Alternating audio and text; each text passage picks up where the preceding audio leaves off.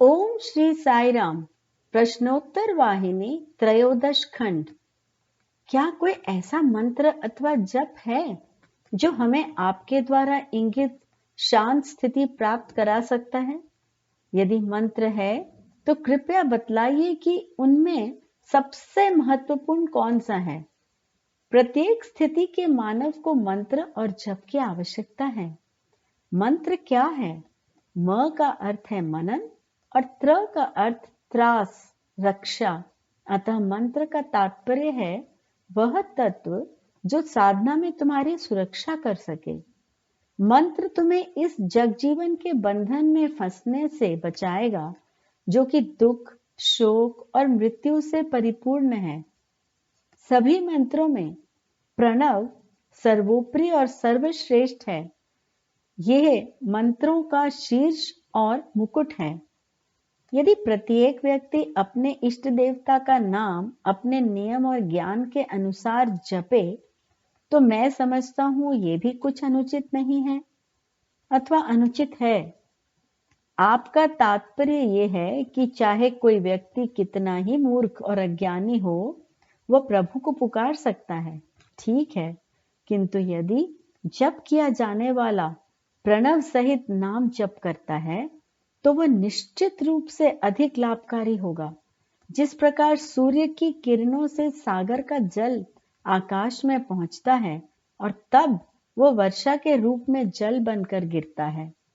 वर्षा का सरिताओं में प्रवाहित होता हुआ पुनः सागर की ओर जाकर सागर का जल बन जाता है।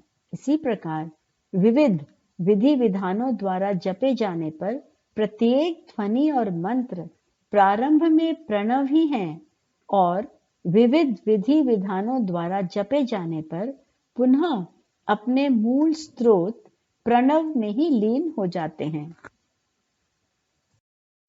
स्वामी, कुछ गुरुजन कहते हैं कि जिस मंत्र में जितने ही अधिक बीज अक्षर होते हैं वह उतना ही अधिक प्रभावशाली होता है। अतः जिन मंत्रों में कम बीज अक्षर होते हैं उनकी अपेक्षा अधिक बीज अक्षर वाले मंत्र श्रेष्ठ होते हैं। मैं इस मत से सहमत नहीं हूं कि बीज अक्षरों की गणना ही समाप्त हो जाएगी तब ध्यान में केंद्रित ही नहीं हुआ जा सकेगा। साधक यदि पंचाक्षरी या अष्टाक्षरी मंत्रों के प्रारंभ में प्रणव लगाकर जाप करें तो उससे भी महान लाभ होगा। जब वे कुछ मार्ग पर चल लें तब वे चाहे तो अक्षरों को त्याग कर उनके द्वारा व्यक्त देवता के स्वरूप का ही ध्यान कर सकते हैं, क्योंकि श्रुति का कथन है निशब्दो ब्रह्मनुच्यते, ब्रह्म रहित ध्वनि रहित है। शब्द ब्रह्म कैसे हो सकता है? श्रुतियों द्वारा व्यक्त किया गया है कि यह दृश्य प्रकृति जगत माया है। जो इस संपूर्ण माया को अपने वश में कर लेता है वही ईश्वर है। अतः इस समस्त सृष्टि को अपने वश में लाने का प्रयत्न करो और ईश्वर बन जाओ। जब तुम अपने संबंध में इस भौतिक जगत भावना को समाप्त कर देने की स्थिति में आ जाते हो तभी वह स्थिति होती है जिसे ब्रह्म प्राप्ति कहते हैं। जब तक संसार भावना नहीं समाप्त होती ब्रह्म को प्राप्त नहीं किया जा सकता। निश्चित ही है, जैसे सर्प पुरानी केंचुली उतार कर नई धारण करता है, साधक भी पुराना चोला बदलकर अपने उसी इष्ट देवता का रूप ले लेता है जिसके मंत्र जाप के द्वारा उसने ध्यान किया है। स्वामी, क्षमा कीजिए, मैं इसे ग्रहण नहीं कर सका। कृपया एक और उदाहरण द्वारा इसे स्पष्ट कीजिए। आपने अंडा देखा है ना? जब पक्षी कुछ समय के लिए अंडे पर बैठता है उसके अंदर शावक की वृद्धि होती है और जब अंडे का ऊपरी भाग फट जाता है वह शावक अपने वास्तविक आकार में बाहर आ जाता है। इसी प्रकार जब साधक अपने पवित्र भाव से मंत्र और अर्थ पर ध्यान केंद्रित करता है और निरंतर अपने मस्तिष्क में उसका मनन चिंतन करता है तो उसके मस्तिष्क में देवता की कल्पना जागृत हो जाती है। अज्ञान का बाह्य कोश फट जाता है। वह अपने दैवी तेज से दीप्त हो जाता है जो उसने अपनी चेतन अवस्था में निर्माण किया था। ये कहा गया है कि सारी सृष्टि प्रणव से ही उत्पन्न होती है और अंत में प्रणव में ही विलीन हो जाती है। तब कुछ लोग ऐसा क्यों कहते हैं कि सब कोई प्रणव का उच्चारण नहीं कर सकते? प्रकृति क्या है? 5 तत्वों का मिश्रण ही तो है और प्रणव इन पांचों का बीज है। अतः ये प्रकृति का भी प्राण है। शिलाखंडों पर पतित होते हुए जल का गर्जन, तटवर्ती उद्गम भूमि पर विथियों के प्रहार का शब्द, दोनों ही निरंतर प्रणव का उच्चारण है। श्वास के आवागमन की ध्वनि स्वयं प्रणव ही है ना। पालकी को अपने कंधों पर ढोने वाले कहारों की हैया हैया भी प्रणव का ही पाठ है।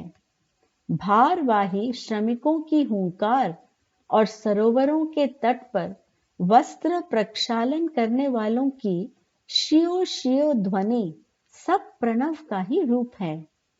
भले ही ये लोग इस रहस्य को जानते अथवा न जानते हों, इस प्रणव के आंतरिक महत्व को समझ इसका जाप करो और तुम सांसारिक चिंताओं के भार से मुक्त हो जाओगे।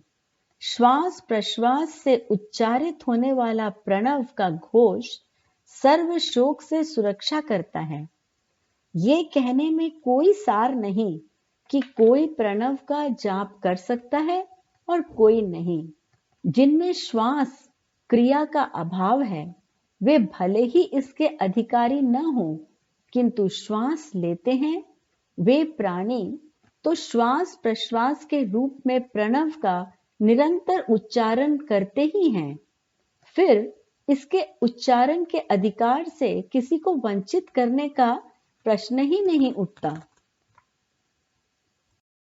जब अर्जुन ने पूछा कि मृत्यु के समय कोई प्रभु का स्मरण किस प्रकार करे, जानते हो तब कृष्ण ने क्या उत्तर दिया? उन्होंने कहा, ऐसे अवसर पर मनुष्य को ओंकार ध्यान करना चाहिए, क्योंकि प्रणव और प्रभु में अंतर नहीं है। ऐसा ही भक्त अपने उच्चतम लक्ष्य को प्राप्त करता है। अतः इस महामंत्र प्रणव के जाप का सबको अधिकार है। प्रणव की उपासना द्वारा लक्ष्य तक किस प्रकार पहुंचा जा सकता है? साधक किस प्रकार अपने ध्येय इष्ट में परिवर्तित हो सकता है? कृपया स्पष्ट रूप में समझाइए कि ये महामंत्र किस प्रकार सहायक सिद्ध होता है। अति उत्तम। प्रणव धनुष है, आत्मा बाण है और पार ब्रह्म लक्ष्य है। अतः एक धनुर्धारी के अभ्यास की भांति साधक को उन सब वस्तुओं से प्रभावित नहीं होना चाहिए जो मानसिक उत्तेजना उत्पन्न करती है। उसे केवल अपने लक्ष्य पर ही ध्यान को केंद्रित करना चाहिए। तभी धनुर्धर अपने लक्ष्य से योजित होता है, अर्थात ध्याता ध्येय में परिवर्तित हो जाता है। कैवल्योपनिषद, मंडूक्योपनिषद और अनेकों श्रुतियों में प्रणव की अनेक प्रकार से प्रशंसा की गई है। अतः यह मंत्र जो कि मानव का मुक्तिदाता है, सभी के द्वारा जपा जा सकता है और सभी इसका ध्यान कर सकते हैं। प्रणव उपासना का सभी अभ्यास कर सकते हैं। इस विषय में किसी प्रकार की शंका नहीं होनी चाहिए।